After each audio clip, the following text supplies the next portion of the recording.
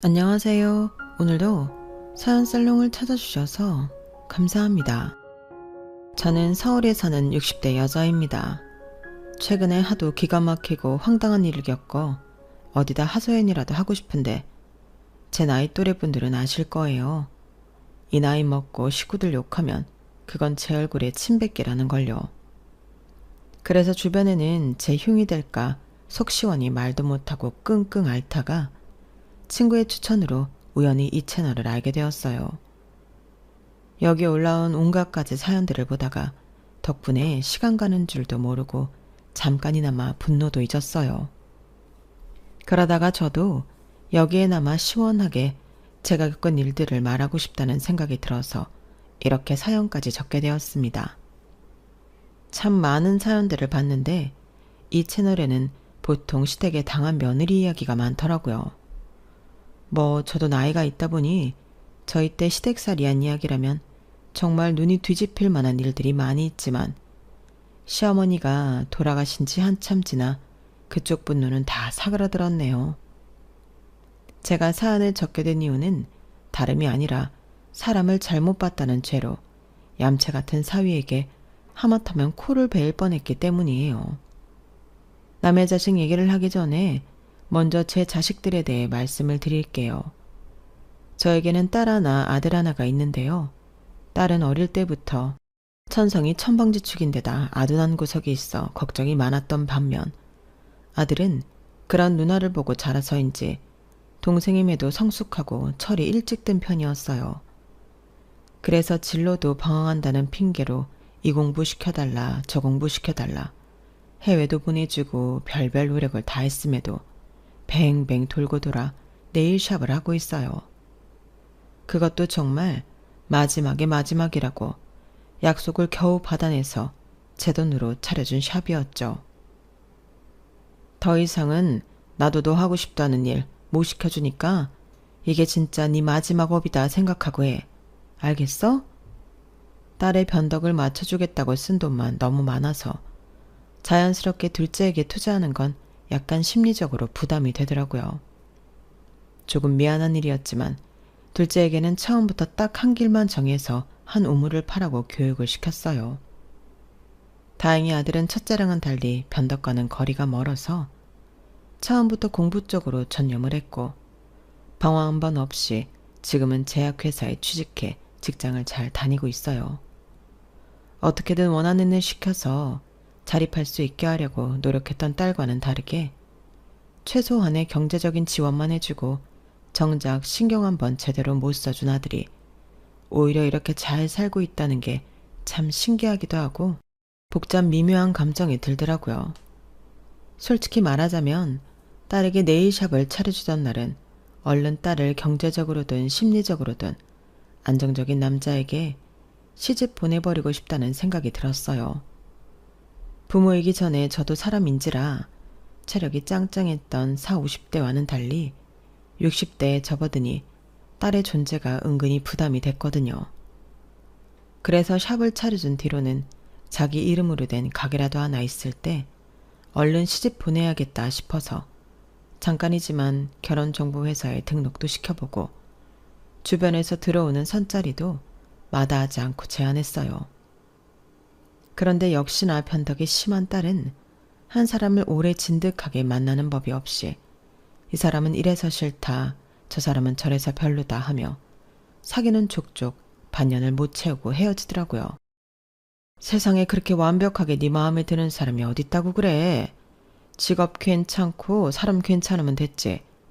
저번에 그 남자랑은 왜 헤어진 거야? 그 사람은 애초에 외모가 내 스타일이 아니었다니까. 직업 좋고 성격 좋으면 뭐해? 마음이 끌리지가 않는데. 내가 어디서 들었는데 그런 남자 만나면 나중에 나이 들어서 여자가 결국 바람나게 된대. 난 평생 내가 사랑할 수 있는 외모의 남자를 만날 거야, 엄마. 너 그런 거 다 따지려면 언제 사람 진지하게 만나서 결혼할래? 외모 괜찮은 것도 좋지만 사람은 내실이 좋아야 하는 거야. 너 남편 껍데기 뜯어먹고 살래? 아, 엄마는 무슨 말을 그렇게 해. 껍데기는 못 뜯어먹고 살아도 적어도 이세 얼굴은 예쁠 거 아냐. 나는 이세 생각해서라도 외모는 무조건 볼 거야. 어차피 내가 평생 보고 살 사람 고르는 건데 이래라 저래라 하지 마세요.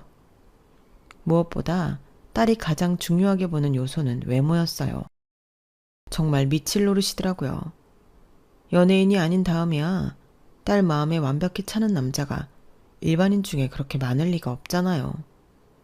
대체 누굴 닮아 그런 건지 그 나이를 먹고도 꿈속에 사는 것 같은 발언만 해대니 제 속은 까맣게 타들어갔죠. 이런 현실감 없는 성격 때문인지 딸 주위에 친하게 지내던 친구들도 점점 떠나가는 것 같더라고요. 엄마, 이번 여름에 나랑 같이 하와이 가주면 안 돼?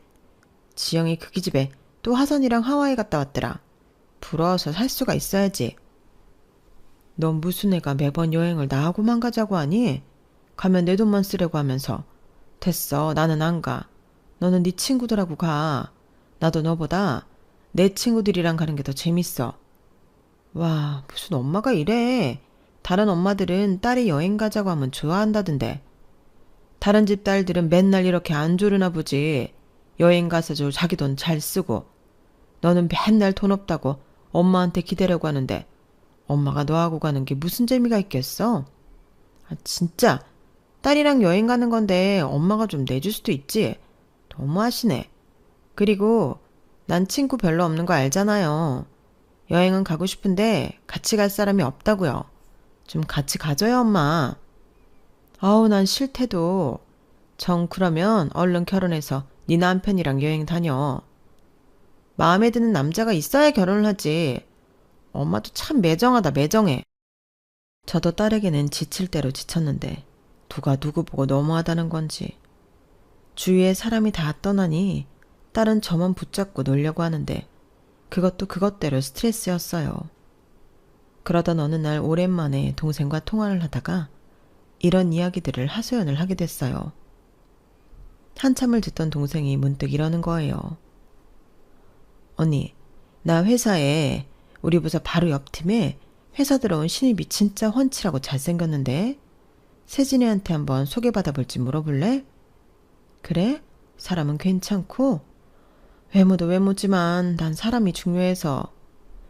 나는 사실 옆 팀이라 많이 이야기 나눠본 건 아닌데 회사 내에서 평판은 좋은 것 같더라. 예의 바르고 싹싹하고 성실하다고. 그래? 그래도 기본적인 중요한 덕목은 다 갖췄네. 에휴, 한번 물어나 볼게. 그래, 안 그래도 여자들한테 인기가 많은 모양이니까 소개받으려면 얼른 받아야 한다고 좀 전해줘봐. 나도 물어볼 테니까. 알겠어. 그래도 이렇게 나서서 소개 알아봐주고 고맙다. 우리 사이에 고맙긴 내 조카 일이기도 한데. 그렇게 우연찮게 동생을 통해 또 딸에게 소개를 시켜주게 되었어요.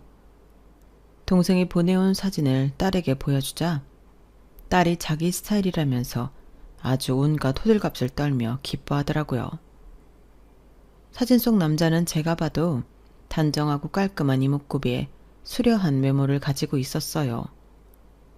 젊은 여자들 뿐 아니라 요즘 말로 하면 상견례 프리패스 같은 얼굴이라 어른들도 좋아라 할 만한 인상이었어요.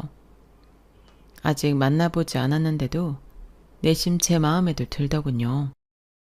이게 바로 딸이 그렇게 노래를 부르던 외모의 힘인가 생각이 들 정도였죠. 하긴 그 정도 괜찮으니 제 동생도 선뜻 소개를 알아봐주겠다고 했을 테니 말 다 한 거죠.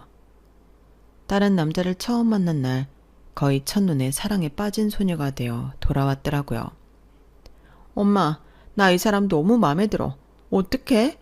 나 이 남자랑 꼭 결혼해야겠어. 아니, 결혼할 거야. 딸이 그렇게까지 마음에 들어하는 모습은 처음 봐서 정말로 결혼할 인연이라는 건 따로 있는 건가 싶으면서도 너무 설레발치는 건 아닌지 걱정이 들었어요. 아니, 그 남자 의사는 안 물어보니? 남자는 반응이 어땠는데? 널 마음에 들어하는 것 같아? 응, 우리 오늘 정말 많은 대화를 했거든. 그 사람도 결혼을 전제로 만날 사람을 찾는 것 같더라고. 완전 딱이지? 그리고 무엇보다 오늘 집 앞까지 날 데려다주고 다음 약속까지 잡고 헤어졌어. 그래? 그럼 마음에 든 거네. 다행이다. 그러니까 엄마, 나 너무 행복해. 나 잘 되면 진짜 이모한테 절하려고. 나 진짜 이 남자 아니면 결혼 안 할 거야. 엄마, 절대 반대하지 마. 나중에 말 바꿔서 갑자기 마음에 안 든다고 하면 나 진짜 죽을 거야. 알겠지? 그래, 그렇게 마음에 들면 네가 잘 꼬셔서 데리고 와봐. 참, 우리 딸은 언제 철이 들려나 싶어 어이가 없으면서도 저렇게 아이처럼 순수하게 좋아하는 모습을 보니 내 자식은 내 자식이라 그런지 귀엽기도 하고 덩달아 기분이 좋아지더라고요. 아직 첫 만남이었을 뿐이니 그 남자애가 부디 우리 딸을 마음에 들어하길 하늘에 기도하는 수밖에 없었어요. 다른 사람에게 집중하게 되니 저는 자연스럽게 딸의 관심에서 벗어났어요. 딸이 집에서 저만 쳐다보고 있는 게 가끔 답답하게 느껴졌었는데 그 남자랑 잘해보겠답시고 그러고 있으니 저도 제 시간을 자유롭게 쓸 수 있게 되어서 너무 좋았어요. 그러던 어느 날 딸은 다행히 몇 주 안 지나서 바로 좋은 소식을 들려주었어요. 엄마, 나 됐어. 나 그 사람이랑 만나기로 했어. 정말 축하한다. 그렇게 좋아하더니 잘 만나서 결혼까지 꼬린시켜봐. 그니까 엄마가 나 좀 도와줘. 내가 도와줄 게 있나. 둘이 사이좋게 잘 지내면 되지. 아, 그러니까 그러려면 가끔 엄마 도움도 필요하고 딸 시집 잘 가게 협조 좀 해달란 말이에요. 그래, 내가 뭐가 필요하다는 건지 모르겠지만 도움 필요하면 말하렴. 그땐 그 말이 아리송하게 들려서 대충 흘려 넘겼어요. 그 말의 진정한 의미를 깨닫게 된 건 딸이 결혼을 한 이유였어요. 너무 늦게 깨달은 거죠. 아무튼 딸은 그렇게 지금의 사위와 결혼을 하기 위해 연애기간 내내 안절부절 못하며 조금이라도 그 애의 마음을 얻기 위해 고군분투했고 아무리 제가 딸에게 지쳤어도 자식이 그렇게 좋아하는 사람과 결혼하고 싶어하는 모습을 보면 어떻게든 이어주고 싶더라고요. 엄마, 나 프로포즈 했어. 우리 결혼하기로 했어. 어? 프로포즈 받았다고? 아니, 내가 했어. 요즘은 여자들이 프로포즈를 하니? 이런 얘기를 하면 옛날 사람이라고 욕먹을 수도 있겠지만 제가 젊었을 때만 해도 여자가 남자에게 프로포즈를 하는 건 꿈에도 상상 못한 일이었기 때문에 처음에 저는 제 귀를 의심했어요. 당연히 딸이 받았다는 건 줄 알았는데 딸이 했다는 소리더라고요. 솔직히 처음 딱 들었을 땐 그놈이 뭐라고 내 딸이 이렇게까지 해야 되나 싶어서 자존심이 상하더라고요. 내가 너 때문에 못 산다. 프로포즈를 받아도 모자랄 마당에 네가 하고 있어? 내 친구들 딸들도 다 애인한테 프로포즈 받아서 결혼하던데 너는 그걸 받아줬다고 좋아하니? 아무리 걔랑 결혼이 하고 싶었어도 그렇지 연애나 부부 사이나 미묘하게 가불관계가 있는 거 몰라? 그렇게 결혼하면 걔가 너 우습게 보지 않겠어? 뭐? 에이, 엄마는 진짜 왜 이렇게 옛날 사람이야? 요즘 프로포즈에 남녀가 어딨어. 결혼하고 싶은 사람이 결혼할래? 하는 거지. 나 그렇게 거창하게 안 했으니까 그런 눈으로 안 봐도 돼. 그냥 좀 좋은 시계랑 꽃다발 좀 이쁜 거 주면서 얘기했어. 좀 좋은 시계? 어디 건데? 그때 제 딸도 30대 초반쯤 됐었기 때문에 그 나이 때 좋다고 여겨질 시계면 값이 꽤 나갈 게 뻔했어요.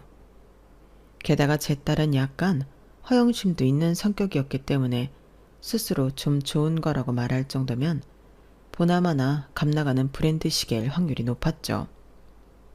그래서인지 딸은 끝까지 어디 브랜드 시계인지는 말을 안 해주더라고요. 집에서는 천방지축 철없는 막내 공주처럼 컸으면서 그 남자가 엮인 일이라면 한없이 저자체로 나가는 딸 때문에 속이 너무 상했어요. 하지만 이미 벌어진 일이었고 프로포즈를 거절당했다면 모를까 남자 쪽에서 수락도 한 상태에서 제가 괜히 감정 낭비를 할 필요는 없다고 느꼈죠. 좋은 게 좋은 거라고 어쨌든 딸이 그토록 원하던 상대와 결혼을 한다는 소식에 축하는 못할 망정 프로포즈 가지고 분위기를 망칠 수는 없었어요. 그래, 잘 준비해봐. 딸은 마음이 급했는지 정말 속전속결로 결혼 준비를 시작했어요. 이야기한 날로부터 반년 뒤에 웨딩홀을 예약해버리고는 양가 부모님 인사 일정까지 바로 잡아버렸죠. 분명 예식장 잡기가 하늘의 별 따기라고 들었던 것 같은데 도대체 어떻게 그렇게 빨리 잡은 건지 일 처리하는 속도에 혀를 내두를 정도였어요. 그래서인지 체감상 얼마 안 있다가 딸의 예비신랑이 집에 인사를 왔어요. 딸이 연애하는 동안 같이 찍은 사진을 하도 많이 보여줘서 익숙한 얼굴이긴 했지만 실물로 보니 훨씬 훤칠하더라고요. 안 그래도 외모를 중시 여기는 딸이었으니 왜 그렇게 난리를 쳤는지 이해가 갈 법도 했어요. 안녕하세요. 처음 인사드립니다. 그래요. 얘기 많이 들었어요. 얼른 와요. 그래도 처음 만나는 날이고 딸이랑 부부가 될 사이인데 뭔가 맛있는 밥이라도 해주고 싶어서 남편이 밖에서 먹자는 걸 만류하고 집에서 식사를 준비했어요. 딸 체면을 신경 써서 나름대로 진수성찬을 차려냈는데 제가 식사를 준비하는 동안 저희 집 구석구석 둘러보면서 딸과 이야기를 나누는 것 같더라고요. 밥 다 됐으니 어서들 앉아요. 무슨 얘기를 그렇게 재미있게 해? 아, 이가 우리 집 너무 신기하대. 그래? 뭐 신기할 게 있나? 그렇게 특별할 건 없는 집인데? 신기할 게 있나 싶어 그냥 뱉은 말에 돌아오는 대답이 의외였어요. 아, 사실은 제가 세진이랑 처음 만나고 집에 데려다 줬을 때 이 아파트 보고 정말 깜짝 놀랐었거든요. 세진이 만나기 전에 일 때문에 이쪽에 올 일이 몇 번 있었는데 이 동네 이 아파트 지나가면서 이런 아파트 사는 사람들을 제가 평생 만나볼 수나 있을까 생각했었거든요. 그런데 세진이가 이 아파트에 살고 있다고 해서 진짜 놀랐어요. 앞서 딸에게 경제적 지원을 아낌없이 해줬다는 부분에서 눈치채신 분들이 계셨겠지만 사실 저희 집은 좀 사는 편에 속하기는 했어요.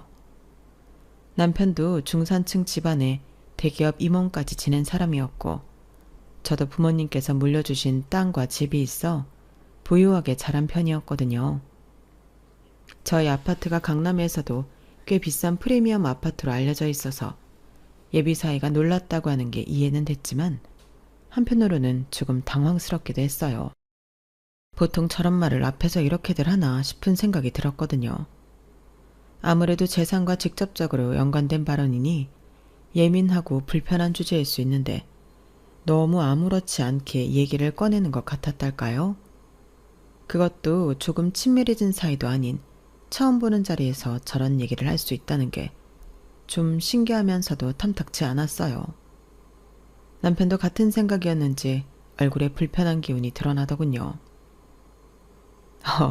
뭐 놀란 마음이야 이해한다만 자네는 무슨 처음 인사하는 날 그런 이야기를 하나? 아, 죄송합니다. 세진이한테 이야기 들으셨는지 모르겠지만 실은 제가 좀 어렸을 때 부모님이 이혼하셔서 힘들게 자랐거든요. 그러다 보니 세진이 같은 사람을 만나게 될 줄도 몰랐고 이렇게 좋은 환경에서 자란 사람과 결혼까지 하게 될 줄은 상상도 못해서 저도 모르게 신뢰를 무릅쓰고 감정 표현을 다 해버린 것 같습니다. 지나친 솔직함이 무례해 보였지만 사과할 땐 사과할 줄 아는 모습에 금방 불쾌함은 잊혀졌어요. 그랬군. 뭐 사람의 실수는 할 수 있지. 이해해 주셔서 감사합니다, 장인어른. 예비 사위가 잘못을 깔끔하게 인정하고 빠르게 사과하니 분위기는 금방 다시 유쾌해졌어요. 나쁜 의도였다기보단 투명한 사람으로 느껴져서 오해 안 했던 것 같아요.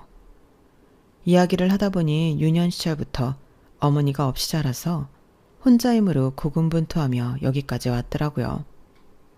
그 모습이 참 저희 딸과는 대비되면서 가정 형편이 안 좋았다는 사실은 마음에 걸렸지만 딸이 뭔가 이런 사람을 만나 배우지 않을까 싶은 생각도 들더라고요. 그래서인지 그 잠깐의 쎄했던 사건은 머릿속에서 잊혀지고 예비 사위에 대한 안쓰러움과 호감만 남았어요. 엄마, 근데 나 결혼하는데 도움 좀 주실 수 있어요? 지난번에 얘기했다시피 남편 쪽은 부모님 도움받기가 좀 어려운 상황이라서 일단 우리 살 집 한 채 정도는 있어야 할 것 같은데. 도와줄 수야 있지. 너 결혼할 때 보태라고 모아둔 돈도 있고. 근데 그 돈으로 집까지는 좀 무리일 것 같은데? 걔가 모은 돈은 없어? 합쳐야 집 한 채 할 수 있을 것 같은데? 그 사람이 돈이 어딨어요. 하려면 다 대출해야지. 그래 뭐 대출이든 뭐든 받고 시작은 해야지. 요즘 젊은 애들 중에 대출 없이 시작하는 애들이 몇이나 있겠어? 에? 엄마, 그래도 이건 아니지. 우리 집 수준이 있는데. 엄마 딸도 대출 받아서 시작하라고? 뭐? 엄마 이제 돈 없어. 그나마 여유 있었던 것도 너 샵 차려주기 전까지지. 엄마 아빠 이제 너한테는 해줄 만큼 해줘서 더 이상 해줄 수 있는 게 없다. 너는 네 동생은 생각 안 하니? 동생에 비해 받은 걸 생각해봐라. 결혼 자금이라도 보태주는 걸 다행으로 여겨야지. 어떻게 집까지 바라니? 아, 안 되는데. 남편한테 걱정하지 말라고 큰소리 쳤는데 어떡해. 누가 큰소리 치래. 다시 가서 말해. 부모님한테 집 해줄 능력은 없다고. 니네 집 해주려면 우리 이 집 팔고 다른 동네로 이사 가야 해. 아, 진짜. 엄마 다른 동네에 집 있잖아요. 거기 세입자는 언제 계약 끝나는데? 야, 너는 정말 너무한다고 생각 안 드니?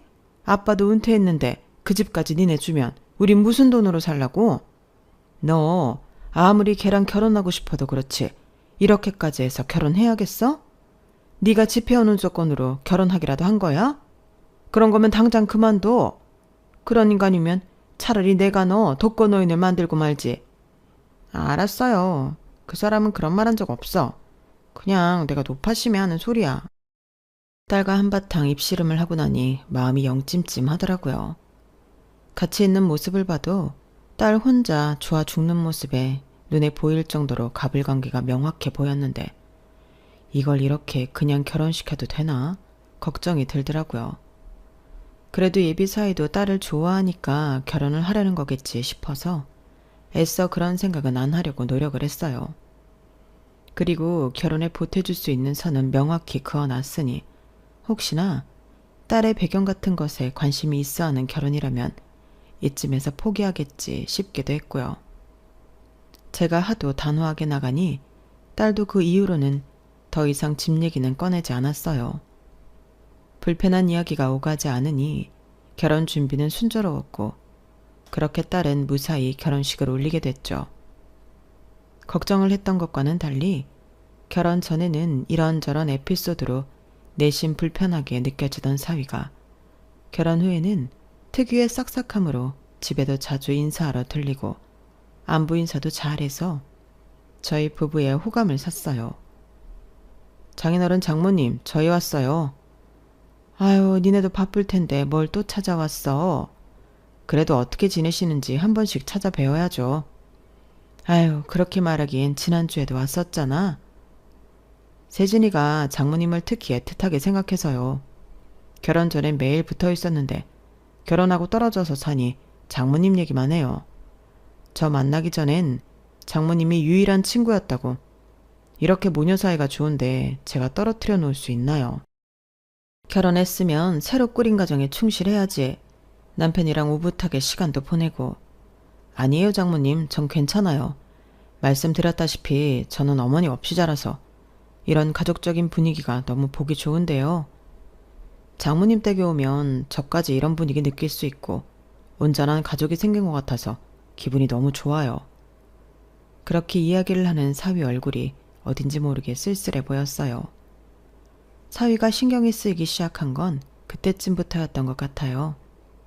아무리 남의 자식이라지만 내 딸이랑 결혼했고 남들에게 숨기고 싶을지도 모를 민감한 이야기를 스스럼 없이 드러내는 모습을 보며 우리 가족과 더 친밀해지고 싶어 하는구나 느꼈어요.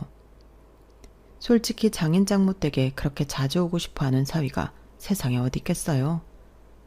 어린 시절 어머니의 부재로 이런 분위기가 좋았다고 말하는 것도 참 안쓰러워서 마음이 더 쓰였죠. 저도 아들이 있는 입장이고 아들이 사위와 또래다 보니 더욱 신경을 쓰게 됐어요. 그래서인지 집에 놀러오면 밥이라도 한 끼 더 해먹이게 되더라고요. 와, 장모님, 매번 이렇게 힘들게 음식 안 해주셔도 되는데 감사해요. 둘 다 일하느라고 평일엔 집밥 잘 해먹지도 못한다며 이럴 때라도 따뜻한 집밥 먹어야지. 맨날 사 먹기만 하면 건강에도 안 좋고 괜히 돈만 많이 쓰고 좋을 거 하나도 없잖니? 와, 그래도 진수성찬이라 너무 힘드셨을 것 같은데. 괜찮아. 너희가 맛있게 먹어주면 나는 그걸로 됐다. 진짜 너무 맛있어요. 재료도 너무 신선한 걸로 쓰시는 것 같고. 사실 저 처음 인사드리러 왔을 때 장모님 음식 솜씨에 완전히 감동받았거든요. 왜 사람들이 그렇게 엄마가 해준 집밥 타령하는지 그때 처음 알았어요. 너무 맛있어요, 정말. 당신은 맨날 이런 음식 먹고 자란 거면 장모님한테 잘해야 해. 우리 엄마 이 정도면 솜씨 발휘 반도 안 한 건데 우리 엄마 음식이 좀 맛있긴 하지. 너는 남편 말은 뭘로 듣니? 엄마한테 감사하라잖아. 아, 당연히 감사하죠. 엄마도 참. 사위가 밥을 차려줄 때마다 너무 좋아하며 두 공기씩 뚝딱 먹어치우니 밥을 해주는 입장에서도 덩달아 신이 나고 뿌듯하더라고요. 저희 집 식구들은 입이 짧아서 입맛에 맞게 음식을 해줘도 많이 먹지를 않는데 사위는 어찌나 먹성이 좋은지 입에 침이 마르도록 음식 칭찬을 하면서 깨끗하게 밥그릇을 비워내는 모습에 요리해 줄 맛이 났어요.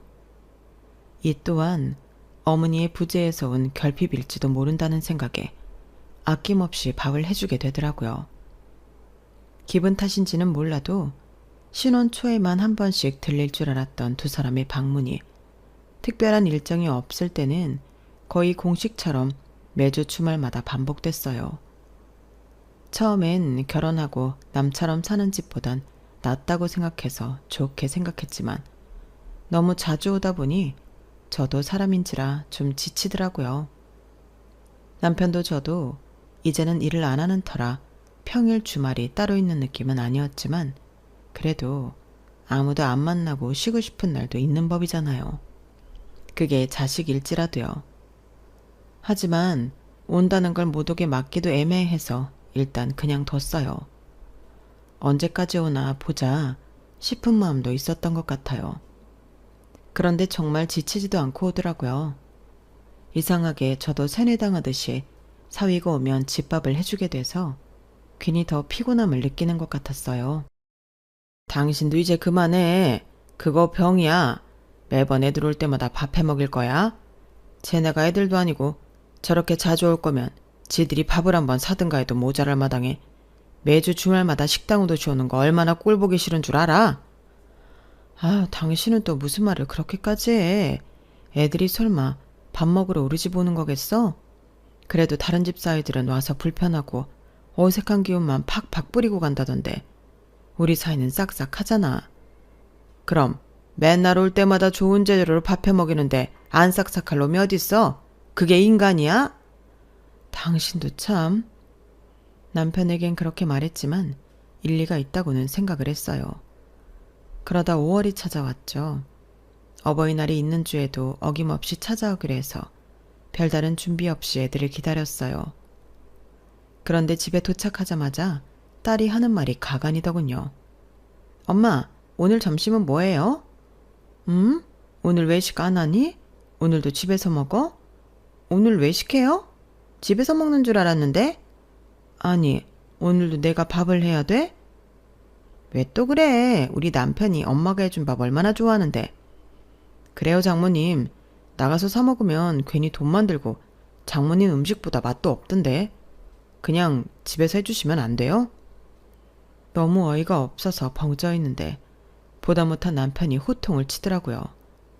니네 지금 제정신이야? 어버이날이라고 찾아온 것들이 밥을 한 끼 사주지는 못할 망정 오자마자 뭐? 메뉴가 뭐냐고? 너는 시집을 갔으면 그렇게 집밥 좋아하는 내 남편 네 손으로 차려 먹이던가 하지. 왜 쓰잘데기 없이 맨날 끌고 와서는 밥만 축내고 가냐? 이럴 거면 결혼을 왜 했어? 아빠. 그리고 너 장모가 매번 고생해서 밥 해 먹이는데 감사한 줄 알고 적당히 해야지. 둔치라는 게 있기는 한 거야?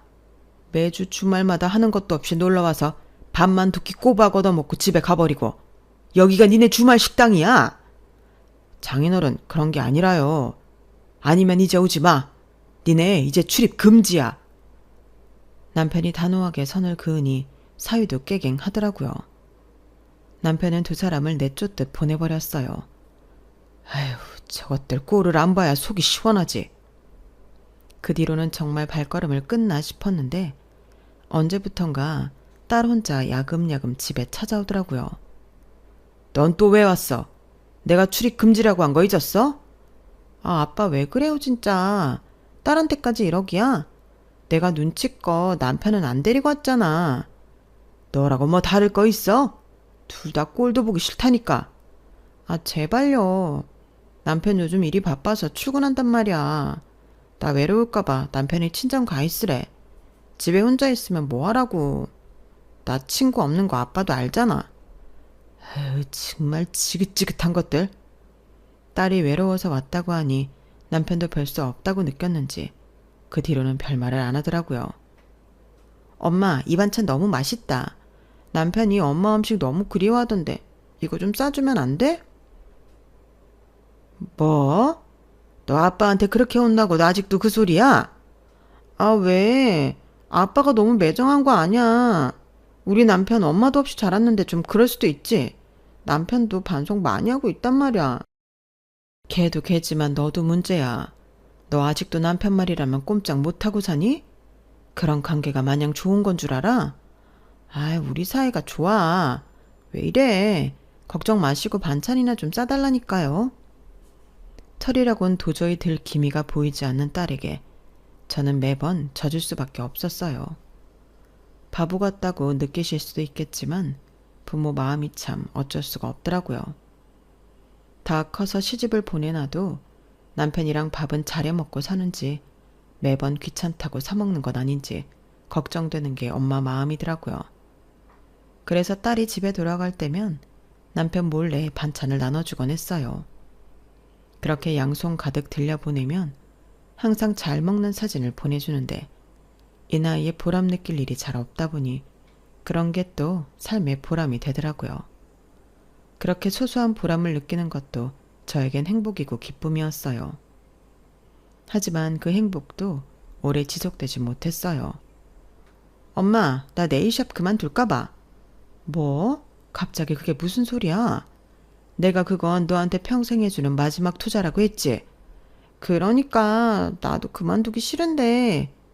그만두기 싫은데 왜 그만둬? 아니, 사실은 남편이 대기업에 가려고 지금 다니는 회사 관두고 취직 공부를 새로 시작하고 싶대서. 언제 취직할지도 모르는데 내가 네일샵으로 벌어서 둘이 사는 건 한계가 있을 것 같아서. 뭐? 무슨 사법고시 보는 것도 아니고 누가 이직 준비를 회사 그만두고 해. 다 회사 다니면서 준비하지. 그렇긴 한데 회사 갔다 오면 시간도 없고 피곤해서 집중이 안 된다나 봐. 나 같아도 그럴 것 같긴 해서. 그렇다고 네일샵을 팔아? 너 거기에 내가 얼마 투자한지는 알고는 있지? 그러니까 그래도 나한테 재산이라고는 이것밖에 없는데 어떡해. 내가 진짜 너 때문에 못 살겠다. 절대 팔지 마. 그거 팔면 또 뭐 먹고 살려고. 그거 팔고 나는 다른 네일샵 취직하면 되지. 네가 퍽이나 남 밑에서 일을 잘도 하겠다. 아니면 다른 방법도 있는데 엄마가 갖고 있는 집 세입자 내보내고 우리 좀 살게 해주면 안 돼? 진짜 집값만 해결돼도 허리가 덜 휠 것 같아서 그래. 그건 안 된다고 몇 번을 말해. 너 진짜 이렇게 억지 부릴래? 아, 세훈이 결혼할 때는 집도 해준다면서 나한테는 왜 이렇게 박해요? 세훈이랑 너랑 같아? 내가 니네 키우면서 너 때문에 세훈이한테 투자한 돈도 얼마 안 되는데 그럼 걔 결혼할 때 너랑 똑같이 해주란 소리야? 그런 소리 할 거면 내가 너 그동안 변덕 부린다고 별의별 공부 다 시킨 거 뱉어내고 말해. 아, 진짜 부잣집 공주님 행세는 다 하면서 남편 꼬셨는데 막상 결혼하니 떨어지는 거 하나 없어서 내가 남편 앞에서 체면이 안 살잖아요. 남편 잘 될 때까지만 좀 도와주면 어디가 돈 나나? 아, 지긋지긋해. 그래, 네일샵을 팔든 말든 네 마음대로 해라. 난 분명히 그게 마지막이라고 했어. 마음대로 해. 딸과 그날 대판 싸우고 같은 지붕 아래 다른 방에서 문을 닫고 각자 시간을 보냈네요. 와중에도 집에 안 가고 버티는 딸아이가 어이가 없었지만 저도 불편해서 굳이 터치하고 싶지 않았어요. 그렇게 저녁도 남편과 나가서 둘만 먹고 들어왔는데 아직 신발장에 딸 신발이 그대로 있더라고요. 아직도 안 가고 뭐 하나 싶어서 마음이 좋지 않아 딸방 앞으로 갔는데 딸 방문이 살짝 열려 있었어요. 스피커폰으로 사위와 통화를 하고 있는 것 같더라고요. 그래서 진짜 너만 빼놓고 두 분이서 저녁 드시러 간 거야? 와, 진짜 너무하시네. 내 말이 어떻게든 생활 좀 아껴보려 했더니 이게 뭔 꼴이람? 그니까 그럼 굶었어? 아니, 집에 있는 반찬들 아작을 냈지. 그래도 여기 있으면 전기세 물세라도 덜 들 거 아냐. 아유, 우리 공주님이 아주 알뜰살뜰하네. 다 당신 덕분이지. 당신 아니었음 아끼면서 사는 게 뭔지도 모르고 철없이 살았을 텐데. 결혼하면 어른 된다는 게 이런 건가 봐. 그러니까. 아유, 근데 당신 집은 잘 사는데 좀 장모님이랑 장인어른이 좀 속이 좁으시네. 보통 딸 결혼하면 애틋해서라도 잘해주지 않나? 그니까 결혼한다고 보태주는 것도 별로 없고 동생은 집도 해준다는데 짜증나 죽겠어. 아니 솔직히 내가 당신 동생보다 못할 게 뭐야? 당신 동생 맨날 일한다고 부모님 찾아뵙지도 않은 것 같던데 솔직히 당신 동생보다 내가 더 친아들 같지 않아? 내 말이 효도는 당신이 하는데 집은 왜 동생한테 준다는 거야? 내 부모지만 나도 이해가 안 간다니까. 남의 자식이니 이 정도로는 성에 안 찬다 이건가? 사위는 서러워서 살겠어? 처가살이 어렵네. 그러게 당신도 슬슬 다시 이 집 출입할 방법 좀 찾아봐. 우리 아빠만 공략하면 될 것 같은데? 그리고 아무래도 이 집 공부하는 거 지원받는 것도 아빠한테 말하는 게 나을 것 같아. 우리 아빠가 또 진취적인 남자 좋아하거든. 딸 남편이 더 공부해서 좋은 직장 가지겠다는데 아빠가 말리겠어? 엄마는 나한테 이상한 억하심정이 있다니까? 자식이 하고 싶은 공부 시켜주는 거 당연한 거 아닌가? 왜 맨날 그 얘기만 하는 거야? 말이 안 통해. 됐어. 그래도 장모님은 갈 때마다 밥이라도 해주시니 우리 식비가 확 줄었잖아. 그것도 엄청 좋은 재료만 쓰시던데. 장모님 아니면 우리가 언제 그런 집밥 얻어먹겠어? 오랜만에 장모님이 해준 밥 먹고 싶다. 그니까 이번엔 엄마랑 싸워서 반찬 안 사줄 것 같은데 어쩌지? 할 수 없지. 두고 봐. 나 이직 성공해서 월급 오르면 보란듯이 장모님 모시고 살 거야. 뭐? 우리 엄마 모시고 산다고? 굳이 왜? 왠지 몰라서 물어? 우리 애기 갖고 하면 애 봐줄 사람도 필요하고 장모님만큼 요리 맛있게 하는 사람을 어디서 찾아? 내가 성공하기만 하면 장모님 모셔와서 가정부 대신 일 부탁하고 월급 드릴 거야. 아니 그 정도야? 평생 먹고 살아서 그 정도인 줄 몰랐네. 장난 아니라니까. 대화를 가만히 듣고 있자니 너무 열이 받더라고요. 사위라고 호의로 해준 일들을 가지고 저를 가정부 삼으려고 하는 그 발상 자체가 손이 떨리도록 화가 났어요. 남편이란 인간이 그딴 소리를 하고 있으면 화가 나야 정상인데 말리긴커녕 그 정도냐고 놀리는 딸까지 완전히 활용점정이더라고요. 저는 결국 못 참고 방에 쳐들어갔어요. 엄마 언제 왔어? 너 지금 제정신이야? 김서방 당장 바꿔. 갑자기 그게 무슨 소리야? 다 들었어? 그래. 내가 너 같은 걸 딸이라고 그동안 애지중지 키웠던 게 한심하다. 난 살면서 너한테 할 만큼 했어. 더 이상은 너한테 뭘 해주고 싶지가 않다. 저는 그 길로 남편과 함께 딸을 데리고 딸 집으로 쳐들어갔어요. 언제 들어온 건지 사위란 놈이 집에서 무릎 꿇고 앉아있는데 너무 가증스러워서 웃음도 안 나더라고요. 저는 사위 쪽은 쳐다도 안 보고 냉장고를 열어 제가 해준 반찬들을 다 개수대에 부어버렸어요. 장모님. 장모님? 그 입 다물어. 내가 집에 사회를 들인 게 아니라 파렴치한 식충이를 들였네. 내 다시는 니네 꼴 보기도 싫으니까 내가 보태준 5천 갚고 네일샵도 당장 내놔. 엄마 언제는 팔지 말라면서요. 나 죽는 걸 보고 싶어? 나랑 영영 끊고 살고 싶지 않으면 네일샵도 내놓고 내 돈도 다 갚아. 나중에 내 재산 한 푼이라도 더 물려받고 싶으면. 여보, 그냥 장모님 말씀 듣자. 우선은 장모님 하라는 대로 해. 우리가 잘못했으니까. 이것들이 그냥 이야기를 하면 안 들을 것 같아서 일부러 재산 얘기를 꺼냈더니 사위놈이 금방 꼬리를 내리고 딸을 설득하더라고요. 딸은 못마땅해 하는 것 같았지만 서슬퍼런 저와 남편의 안색을 보고는 이러다 정말 영 끊기겠다 싶었는지 순순히 말을 들었어요. 내일 샵도 처분하고 결혼 자금에 보탠 5천만 원도 얼마 안 있다 갚았죠. 장모님, 저희 정말 반성 많이 하고 있습니다. 한 번만 용서를 해주세요. 저희가 더 잘할게요. 네? 글쎄, 한때 내 아들 또래인데다 사랑도 못 받고 자랐다고 하도 징징대서 좀 잘해주려니. 나를 가정부로 알고 장인은 돈 나올 지갑 정도로밖에 안 보는 것 같아서 내가 과연 용서를 할 수 있을지 자신이 없네. 저야 그렇다 치지만 세진이는 장모님의 소중한 딸이잖아요. 쟤한테도 난 질릴 대로 질려버렸어. 더 이상은 돈 가지고 씨름하고 싶지 않아. 그래도 세진이 그 좋아하던 네일샵도 처분하고 장모님 원하시는 대로 하고 돈도 다 갚았는데 설마 나중에 재산도 안 나눠주실 건 아니죠? 거봐. 니네가 내가 재산 안 물려줄까봐 이러는 거 내가 모를 줄 알아? 계산도 다 끝났겠다. 난 너희들이랑 더 이상은 얼굴 마주보고 살고 싶지가 않다.